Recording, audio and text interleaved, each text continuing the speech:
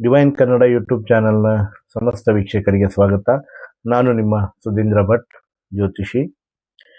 ಇವತ್ತಿನ ಒಂದು ವಿಶೇಷವಾದಂತಹ ಒಂದು ಸಂಚಿಕೆ, ಜ್ಯೋತಿಷ್ಯ ಶಾಸ್ತ್ರದಲ್ಲಿ ಸುಮಾರು ರೀತಿಯ ವಿಷಯಗಳು, ಹಲವಾರು ವಿಷಯಗಳು ಬರ್ತವೆ. ಹಾಗೂ ನಾನು ಈ ಮೊದಲೇ ನನ್ನ ಎಲ್ಲ ವಿಡಿಯೋಗಳಲ್ಲಿ ಹೇಳ್ತಿರ್ತೀನಿ, ಗರ್ಭದಿಂದ ಗೋರಿಯ ತನಕ ಒಬ್ಬ ವ್ಯಕ್ತಿಯನ್ನ ಕಾಡುವಂತಹ ಸಮಸ್ಯೆಗಳಿಗೆ ಜ್ಯೋತಿಷ್ಯ ಶಾಸ್ತ್ರ ಸುಮಾರು ರೀತಿಯಲ್ಲಿ ಒಂದು ಸಹಾಯಕಾರಿಯಾಗಿ ನಿಲ್ತದೆ ಅನ್ನೋದರಲ್ಲಿ ಸಂಶಯ ಇಲ್ಲ ಅಂತ ಅನ್ನೋಕ್ಕಂಥದ್ದು. ಮತ್ತೆ ಗ್ರಹಾಧೀನಂ ಜಗತ್ ಸರ್ವಂ ಗ್ರಹಾಧೀನಂ ನರಾವರ.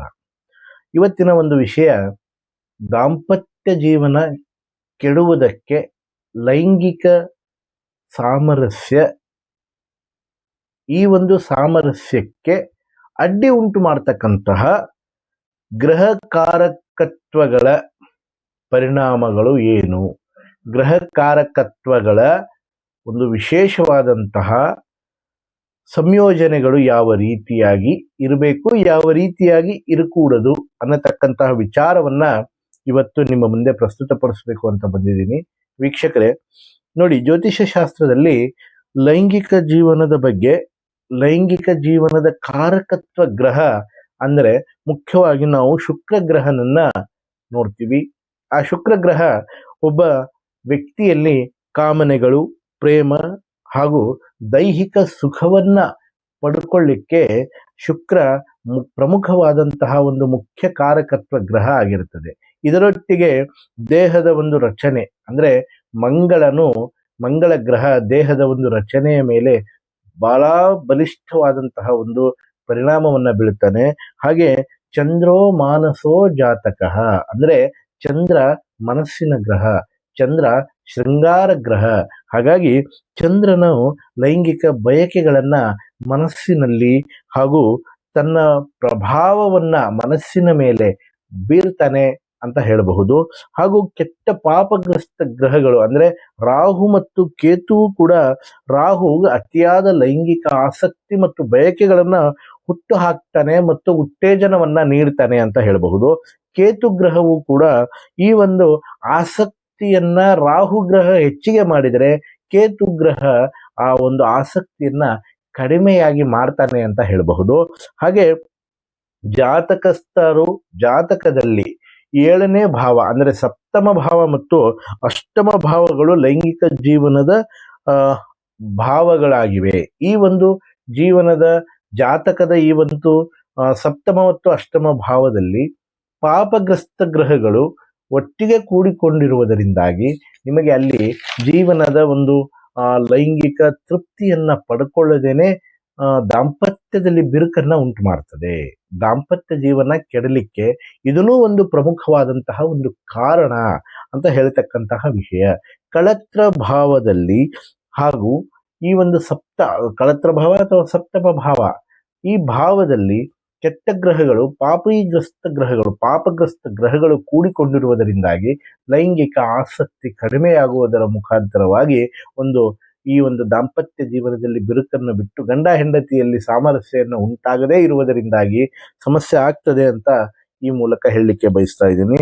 ಹಾಗಾದ್ರೆ ದಂಪತಿಗಳಲ್ಲಿ ದಾಂಪತ್ಯ ಜೀವನ ಸುಧಾರಣೆಯಾಗಲಿಕ್ಕೆ ತಂತ್ರಶಾಸ್ತ್ರ ಏನ್ ಹೇಳುತ್ತೆ, ಜ್ಯೋತಿಷ್ಯ ಶಾಸ್ತ್ರ ಇದ್ರ ಬಗ್ಗೆ ಯಾವ ಪರಿಹಾರ ಮಾರ್ಗಗಳನ್ನ ಕೊಡ್ತದೆ, ಮತ್ತೆ ಆಯುರ್ವೇದನೂ ಕೂಡ ಇದ್ರ ಬಗ್ಗೆ ಕೆಲವೊಂದು ಪರಿಹಾರ ಮಾರ್ಗಗಳನ್ನ ಸೂಚಿಸ್ತದೆ. ಮೊದಲನೇದಾಗಿ ತಾಂತ್ರಿಕ ಪರಿಹಾರಗಳ ಒಂದು ವಿಚಾರ ಏನು ಹೇಳುತ್ತೆ ಅಂತ ಹೇಳಿದ್ರೆ, ಒಂದು ಗಂಡ ಮತ್ತು ಹೆಂಡತಿಯ ನಡುವಿನ ಒಂದು ಸುಲಭವಾದಂತಹ ಒಂದು ವಾಸ್ತು ಪ್ರಯೋಗಗಳು, ಅಂದ್ರೆ ತಾವು ಮಲಗುವಂತಹ ಕೋಣೆಯಾಗಿರಬಹುದು, ಹಾಗೆ ಪರಸ್ಪರ ಸಂಯೋಜನೆಗೂ ಹೊಂದಾಣಿಕೆಗಳನ್ನ ಮಾಡಿಕೊಳ್ಳುವಂತಹ ಒಂದು ಆ ಕೋಣೆಯ ವಾಸ್ತು ರೂಪವಾಗಿರಬಹುದು. ಹಾಗೂ ಮತ್ತೆ ಯಾವ ರೀತಿಯಾಗಿ ಆ ವಾಸ್ತು ಕೋಣೆ ಇರಬೇಕು ಅಂತ ಹೇಳಿದ್ರೆ, ಪೂರ್ವಕ್ಕೆ ತಲೆ ಮಾಡಿ ಗಂಡ ಮತ್ತು ಹೆಂಡತಿ ದಾಂಪತ್ಯ ಜೀವನ ಸರಿ ಇರಬೇಕು ಅಂತ ಹೇಳಿದ್ರೆ ಪೂರ್ವಕ್ಕೆ ತಲೆ ಮಾಡಿ ಮಲಗಬೇಕು. ಆಮೇಲೆ ಪ್ರತಿಯೊಬ್ಬ ಸ್ತ್ರೀ ಗಂಡನ ಎಡಭಾಗದಲ್ಲಿ ಶಯನವನ್ನ ಮಾಡತಕ್ಕಂತಹ ಒಂದು ವಿಚಾರ ಇಲ್ಲಿ ಸ್ಪಷ್ಟವಾಗಿ ಗೊತ್ತಾಗುತ್ತೆ. ಇನ್ನು ಇದಕ್ಕೆ ಮಂತ್ರಶಕ್ತಿಯಿಂದ ಕೆಲವೊಂದು ಕಾಮದಲ್ಲಿ ಉದ್ರೇಕವನ್ನ ಆಗಬೇಕು, ಕಾಮದಲ್ಲಿ ಉತ್ತೇಜನವನ್ನ ಕೊಡಬೇಕು ಅಂತ ಹೇಳಿದ್ರೆ ಓಂ ಶುಕ್ರಾಯ ನಮಃ ಅನ್ನತಕ್ಕಂತಹ ಮಂತ್ರವನ್ನ ಪಠನೆಯನ್ನ ಮಾಡುವುದರಿಂದಾಗಿ ಮತ್ತು ಬಿಳಿಯ ವಸ್ತ್ರಗಳನ್ನು ಹಾಕುವುದರಿಂದ ಕಾಮಾಸಕ್ತಿ ಹೆಚ್ಚಿಗೆ ಆಗುತ್ತದೆ ಮತ್ತು ಲೈಂಗಿಕ ಬಯಕೆಗಳು ಇಬ್ಬರಲ್ಲಿಯೂ ಸಹಿತ ಸಮಾನವಾಗಿ ಈಡೇರುತ್ತದೆ ಅನ್ನತಕ್ಕಂತಹ ಒಂದು ವಿಚಾರ ಇಲ್ಲಿ ಹೇಳಬಹುದಾಗಿದೆ.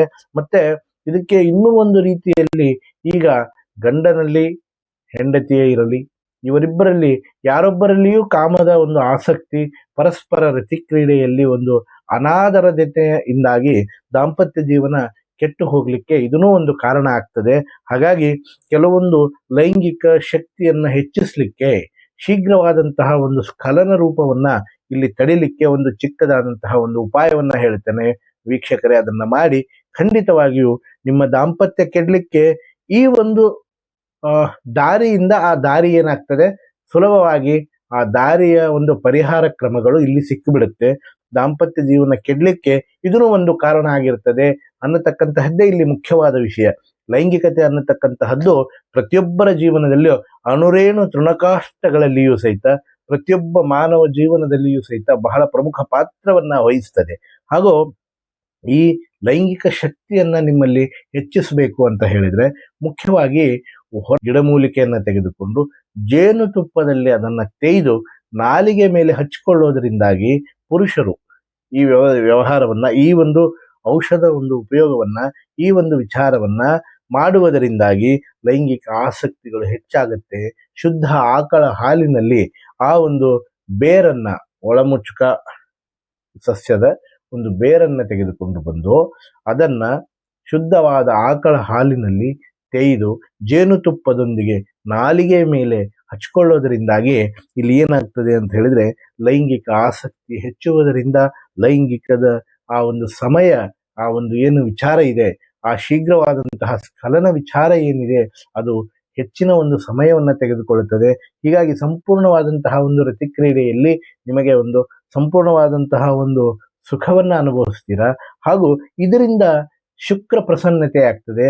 ಇದರಿಂದ ನಿಮಗೆ ಸಂಗಾತಿಯೊಡನೆ ಯಾವುದೇ ರೀತಿ ಮನಸ್ತಾಪಗಳು ಉಂಟಾಗದೆ ಇದರಿಂದ ದಾಂಪತ್ಯ ಜೀವನ ಕೆಡುವುದಕ್ಕೆ ಇದೂ ಒಂದು ಕಾರಣ ಆಗಿರುವಂತಹದ್ರಿಂದಾಗಿ ಈ ಕಾರಣ ಇಲ್ಲಿ ಫುಲ್ಫಿಲ್ ಆಗ್ತದೆ. ಈ ಕಾರಣ ಇಲ್ಲಿ ಏನಾಗುತ್ತೆ ಅಂತ ಹೇಳಿ ಪರಿಹಾರ ಆಗ್ತದೆ ಅನ್ನತಕ್ಕಂತಹ ಒಂದು ವಿಚಾರ ಇಲ್ಲಿ ಹೇಳಿದ್ದೀನಿ ವೀಕ್ಷಕರೇ. ಇನ್ನು ಹೆಚ್ಚಿನ ರೀತಿಯಲ್ಲಿ ಪರಿಹಾರಗಳನ್ನ ಪಡ್ಕೊಳ್ಬೇಕು, ಇನ್ನು ಹೆಚ್ಚಿನ ರೀತಿಯಲ್ಲಿ ಗ್ರಹಾದಿಗಳ ಒಂದು ಪರಿಹಾರ ಕ್ರಮಗಳು ಮತ್ತೆ ದಾಂಪತ್ಯದಲ್ಲಿ ಇರತಕ್ಕಂತಹ ಅನೇಕ ರೀತಿಯ ಸಮಸ್ಯೆಗಳಿಗೆ ಕಾರಣ ಆಗಿರತಕ್ಕಂತಹ ಒಂದು ವಿಚಾರ ಮತ್ತೆ ಇದಕ್ಕೆ ಪರಿಹಾರಗಳು ಬೇಕು ಅನ್ನುವಂತಹದ್ರಲ್ಲಿ ಇದ್ರೆ ನಮ್ಮನ್ನ ಈ ಕೆಳಗಡೆ ಕಾಣುವಂತಹ ಒಂದು ಸ್ಕ್ರಾಲಿಂಗ್ ಅಲ್ಲಿ ನಮ್ಮ ನಂಬರ್ ಕಾಣ್ತಾ ಇದೆ. ಈ ನಂಬರ್ಗೆ ನೇರವಾಗಿ ತಾವು ಕರೆ ಮಾಡಿ ಪರಿಹಾರವನ್ನ ಪಡ್ಕೊಳ್ಳಬಹುದು. ಹಾಗೂ ದಾಂಪತ್ಯ ಜೀವನ ಸುಖೀಕರವಾಗಿದ್ರೆ ಮಾತ್ರ ಗಂಡ ಹೆಂಡತಿಯಲ್ಲಿ ದಾಂಪತ್ಯ ಜೀವನ ಚೆನ್ನಾಗಿದ್ರೆ ಮಾತ್ರ ಗಂಡ ಹೆಂಡತಿಯಲ್ಲಿ ಯಾವುದೇ ರೀತಿಯಿಂದ ಸಮಸ್ಯೆ ಇಲ್ಲದೆ ಅವರ ಒಂದು ದಾಂಪತ್ಯ ಜೀವನ ಸುಖಮಯವಾಗಿ ಸಾಗಲಿ ಅಂತ